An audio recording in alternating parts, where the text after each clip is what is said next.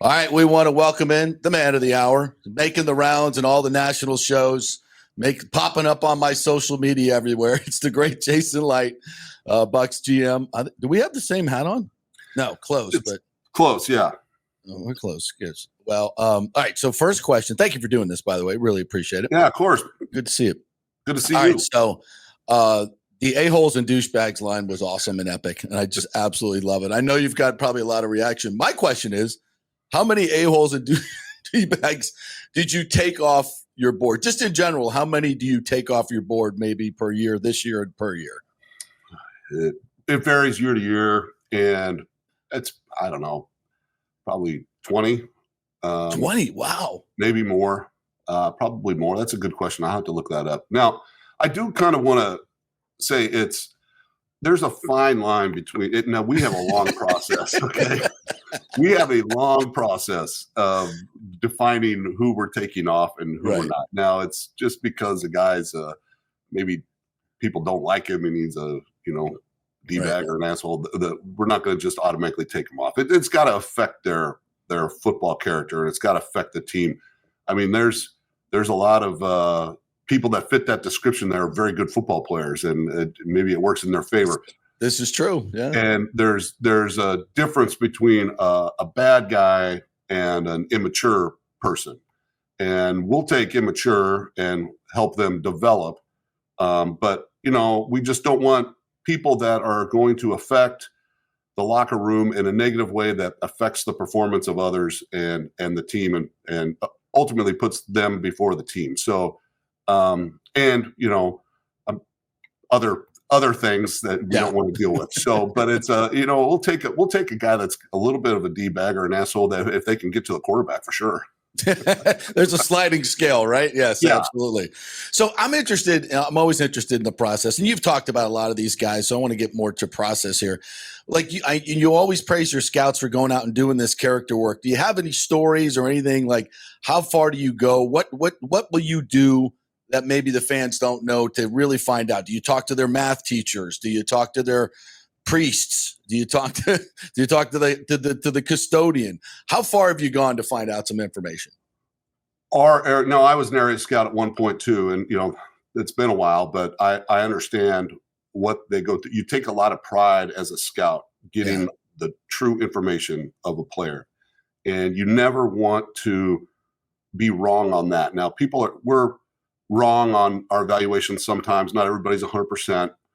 Because there's a lot that goes into whether a player succeeds or not. It can be the environment that they're in. It can be the city. It can be various distractions because of the location and all that. So all I care about is how the player does when we draft and how the outcome of the player that we draft.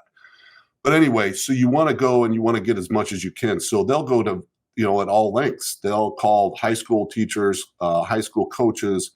The custodians are always an easy one to talk to.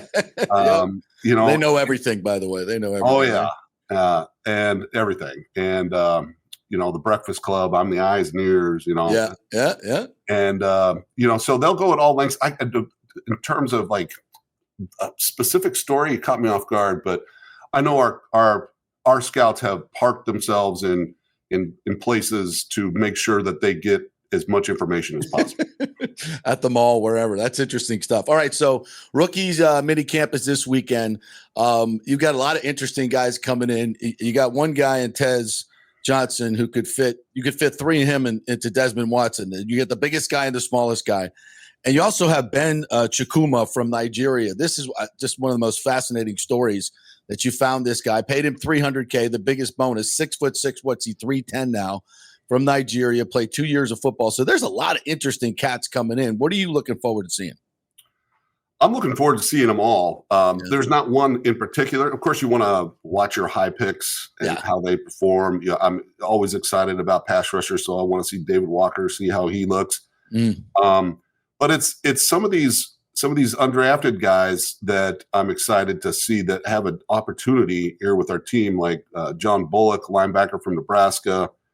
We got another center/guard, Ben Scott from Nebraska. Safety from Marshall, J.J. Roberts, that really excited about. A lot of these guys made it. You mentioned Ben already. Jake Majors, a center from Texas. These are just some of the few. Most of these guys, if not all of them, they were on our draft board. So right. In our mind, it's like an extra draft pick, and we get to see how they, if they can make our team. Have you met Ben? Have you met him and talked? I know your scouts have. I mean, what an interesting story. And I love the part where he left Georgia State and went back to take care of his dad who has Parkinson's.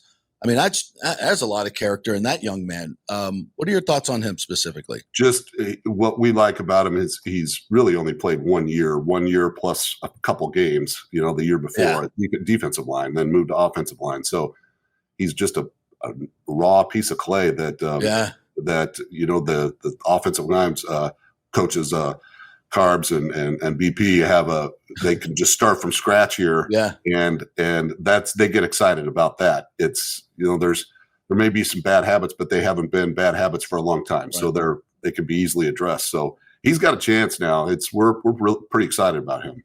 You mentioned David Walker, obviously small school. This is kind of your wheelhouse when you get these guys. His athleticism is off the charts, and the tape is just crazy to watch, but it's Central Arkansas. So you got to take that with a grain of salt. But what is it about him specifically that you think he can really make it in this league make such a jump? He's got tremendous instincts. He's got tremendous use of hands. He's got an arsenal of moves. He's got a big burst. He's powerful, and he's got a relentless motor. He's got the only thing that when you draw it, he doesn't have the size and length that the ideal, edge rusher has. He's short on the short side, but all the other things kind of make up for it. There's been plenty of undersized Dwight Freeney's and Robert Mathis and James Harrison and on and on and on that kind of fit his. Now I'm not putting him in that category yet, but he's like Shaq Barrett, Shaq Barrett. Yeah. But he's very, very mature guy. He's a guy also that was just a really good athlete at anything he did. He's a great soccer player, that you could see that in his footwork too. So it's just a guy that's kind of been successful at everything he's done athletically. And I think it's going to transfer.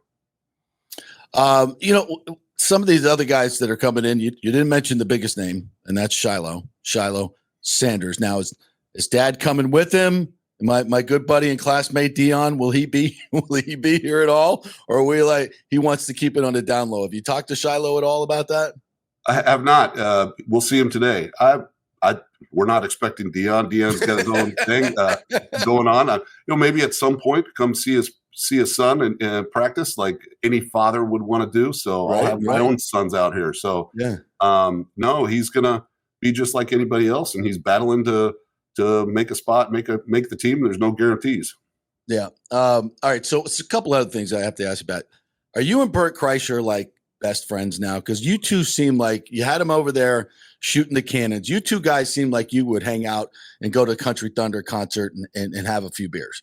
I love him. I idolize him, and I've met him a couple times, and I have his number, and we've texted a little bit. But it's kind of like I'm kind of the kid trying to be his friend, and he's like kind of pushing the fanboy.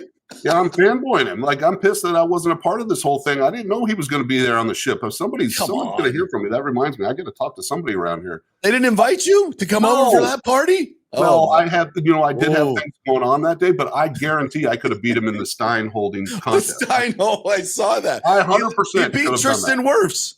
I have fallen asleep holding that. Okay? Why were you not in that contest? I have no idea. On. Yeah, somebody made a mistake. All right, so one last question. I have so many spies out there, Jason. I heard you got a new gig. The U.S. Kids Tour. You're now caddying for Theo. Now, how does that, for your son, how does that work? Does he get mad at you if you give him a bad yardage? What's going on there? I almost got fired. So we've done 2 tournaments now, and last week we had one at the Eagles, and I forgot the rangefinder. So it was awful. So we had to. What are we doing? What are we doing? And they don't have the yardages. Your driver, that's the number one piece of equipment. What are we doing? I know. Well, the first one that I showed up to, when we got there and checked in, I didn't know what to expect. And I said, so can I watch? And they said, well, are you going to caddy? I said, well, I guess, yeah, I guess I am. So I'm the only dad. There's like 60 dads and moms caddying for their kids. I'm the only one without a push cart. I'm lugging them around. And I looked at my phone. I 10.6 miles at West Chase, which is kind of yeah. I was sore for days after that. It's kind of a swamp. It's a tough slog. We got the cart. I tried to order it. I tried to have it delivered like on the 10th hole, but we got it like the next day. So you didn't call for the cart. You called for the cart too? No, I ordered on Amazon. I tried to. You know? Oh, it's fantastic. If Amazon would have brought you a cart at the turn, that would have been the best. That would have been the best promo for them ever. Fantastic. Yeah. Hey, Jason, congrats on the draft. Really appreciate you doing this. We'll see you out there this weekend, and good luck in the caddying endeavors. You got work to do. I appreciate it. All right, thanks.